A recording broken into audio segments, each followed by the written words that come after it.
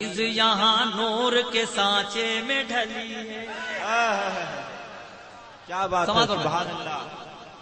हर चीज यहाँ नूर के सांचे में ढली है, सांचे में ढली है।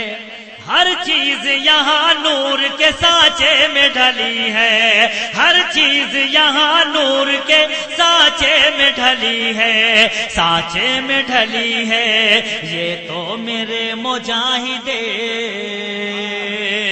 मिल्लत की गली है, मिल्लत की गली। क्या बात है, नारे तकबीर, या रसूल अल्लाह, जिंदाबाद जिंदाबाद जिंदाबाद जिंदाबाद।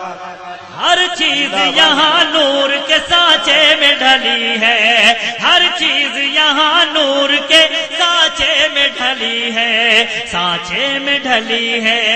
ये तो मेरे मुजाहिदे मिल्लत की गली है, मिल्लत की गली है। ये तो मेरे मुजाहिदे। ये बहुत अच्छा लगा, अपने मतलब पे मेरी हौसला अफजाई की। सुभान अल्लाह, तो सुभान मेरा जी अल्लाह। चाहता है कि सरकार मुजाहिदे मिल्लत की मनकबत का एक मुखड़ा और एक बंद और आपकी खिदमत में पेश। इरशाद हो, इजाजत है? इरशाद नवाजिश करो।